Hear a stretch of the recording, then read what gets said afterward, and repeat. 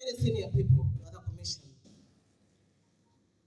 If any of you has never had sex with a child, please smile. Hi? None. None. And I was not there. So whenever they went to deal with those cases, they dealt with them with, kama ingekuwa nimepatikana, this would have been happening to me. You are the only one who is not a defiler. So deal with every other person as if they were until you prove that they are not. Okay? Number 2, don't expect love. Nobody's going to love you for protecting children. Maybe IJM on there. Most of the people, they come from backgrounds, from a culture of child abuse. So they don't understand why you're making so much noise. When I did my research in Makueni on child abuse by teachers, one of the education officials told me, these things you're bringing here are not tenable. Because if we go at that speed, there will be no teachers in our schools. Hello? That was from a very senior education official. Nipunguze speedy. Manake, nikuba. Inaweza happen that there will be, if you use those standards, there might be no teacher in these schools. So that is the ground on which you're operating.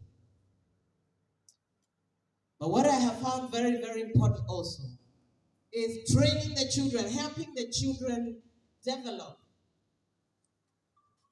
the strength, the courage for saying no to abuse.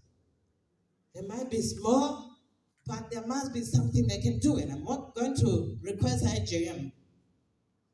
You see, a child that understands that they can be abused, a child that understands the threat, a child that understands that not all adults are well-meaning will be better equipped for self-protection. Because we might not be everywhere all the time with all the children. But what is it that can happen? How can the child even participate in self-protection? And so we must begin to have another type of conversation with the children. Let us speak to them candidly. And this, when I taught my children, because I started this many years ago as an individual, and I taught my children, I told them, you can be sexually abused. Today, my children are adults. We can talk about sexual abuse. Sexual abuse, not in euphemisms. And that has helped. When the teacher went like this to my daughter, she said, "You have touched my private part." What? That was a class 8 girl. "Teacher, why have you touched my private part?" And it didn't end there. She headed straight to the head teacher's office. And she said, "The teacher has touched my private part. I want to know why." The rest is history. My daughter was not embarrassed to call her father to say, "The teacher has touched my private part." Now, if you're a father in this house, and your daughter, your class 8 daughter, called you and said, "The teacher has touched my private part," I want you to imagine the speed at which you drive to that school. My friend, the rest is history. But that is the education that we must give our children. Let them be self-protective. From that story, from that conversation, actually, there has not been a teacher to attempt to even imagine that kind of thing ever since. When we ended the sexual violence case at Maweni Primary, and I'd like to quote this as I close, the children started thriving. The performance improved.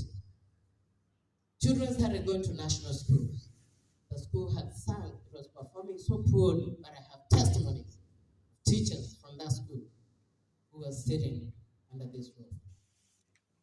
It is important, and I pray that IJM, I know your focus largely is on commercial sex, but I plead on my bended knees that in your next schedule for programming, you will consider other forms of violence against children, that we might be able even to work more cohesively together. The Beacon teachers have a heavy burden. and traumatic events happen. A lot of times we deal with very, very traumatizing issues. And so as you program, I beg of you, and you also consider debrief schedules for the Beacon teachers so that they can come and unload, download, reload,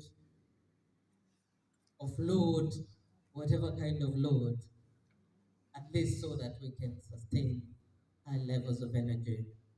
I do thank you so very much. We have a website which you can check. That is beaconteachersafrica.org. You can check it out. I have a few brochures that I brought with me. I couldn't bring more because the time was a bit short, so I wasn't able to print more. But I'll be sharing them.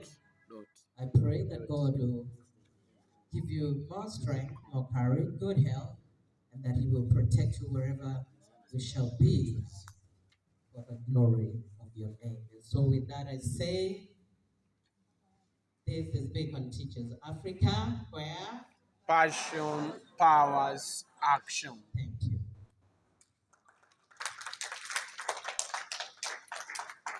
Thanks a lot, Dr. Joan. And at this juncture,